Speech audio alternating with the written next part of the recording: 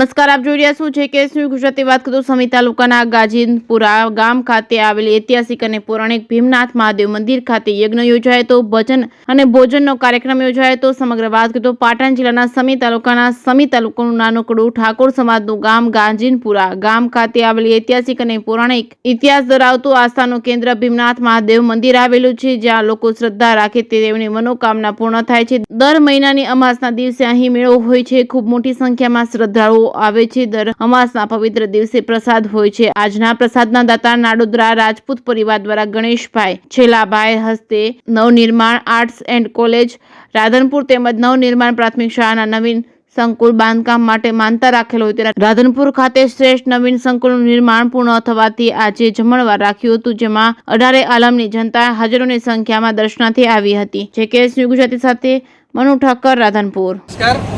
સમી તાલુકાનું ગાજીનપુરા ગામ બાસપાથી 5 કિલોમીટર દૂર આવેલું, જ્યાં આગળ ભીમનાથ મહાદેવનો વાસ છે સાક્ષાત।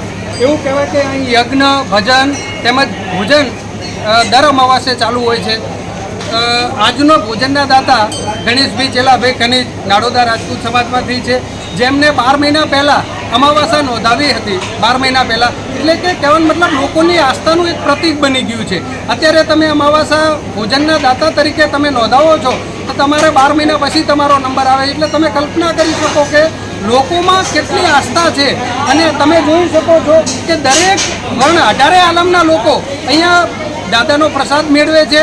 અને ગામના યુવાનો દ્વારા આ એક ભગીરથ કાર્ય શરૂ કરવામાં આવ્યું। અહીં કોઈ રસોઈયા નથી, ગામના દરેક યુવાનો અહીં સાથે મળી અને દરેક વસ્તુમાં સેવા કરે છે અને શેક પૂર્ણ થાય ત્યાં સુધી ઠાકોર સમાજનું ગામ છે અને એ સમાજના લોકો વ્યક્તિઓ યુવાનો આ એક ભગીરથ કાર્યમાં જોડાયેલા છે। તન મન ધનથી ક્યારે કોઈને કહેવું નથી પડતું કે ભાઈ આ વસ્તુ પડી છે, આ લઈ લે। દરેક વ્યક્તિઓ પોતાની રીતે જ કાર્ય કરતા હોય છે। એમાં ખાસ કરીને ઠક્કર સમાજમાંથી ભરતભાઈ અને પોપટજી એમનું પણ ખાસ એવું યોગદાન છે, જે એમ કહેવાય દિવસ રાત માટે અહીં કણ કાર્ય કરતા હોય છે। અને એવું તમે કલ્પના કરી શકો કે આટલી બધી વસ્તી આવતી હોય, આટલી બધી જનતા આવતી હોય, લોકો આવતા હોય તો એ કંઈ એક દિવસમાં સવારમાંથી કાર્ય શરૂ કરો તો પૂર્ણ થતું નથી, એ આગળના દિવસથી થતું હોય છે। રાત્રે ભજન પણ રાખવામાં આવે છે।